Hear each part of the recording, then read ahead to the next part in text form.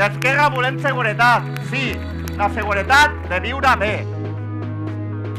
No volem ni el quart cinturó, ni el hard rock, ni l'ampliació de l'aeroport. Volem una xarxa ferroviària en condicions pel conjunt de la població. És moment d'activar l'alternativa.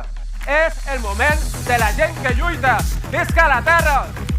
No podem tenir una illa al servei de la indústria turística. L'única sostenibilitat possible a Mallorca passa pel decreixement turístic i la diversificació de l'economia.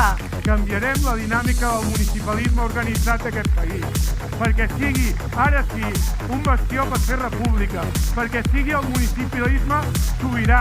I és per això que a la Barcelona que lluita tornem a l'Ajuntament.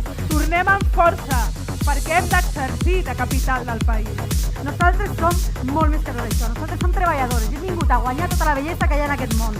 Perquè quan dèiem independència per canviar-ho tot, volia dir exactament independència per canviar-ho tot.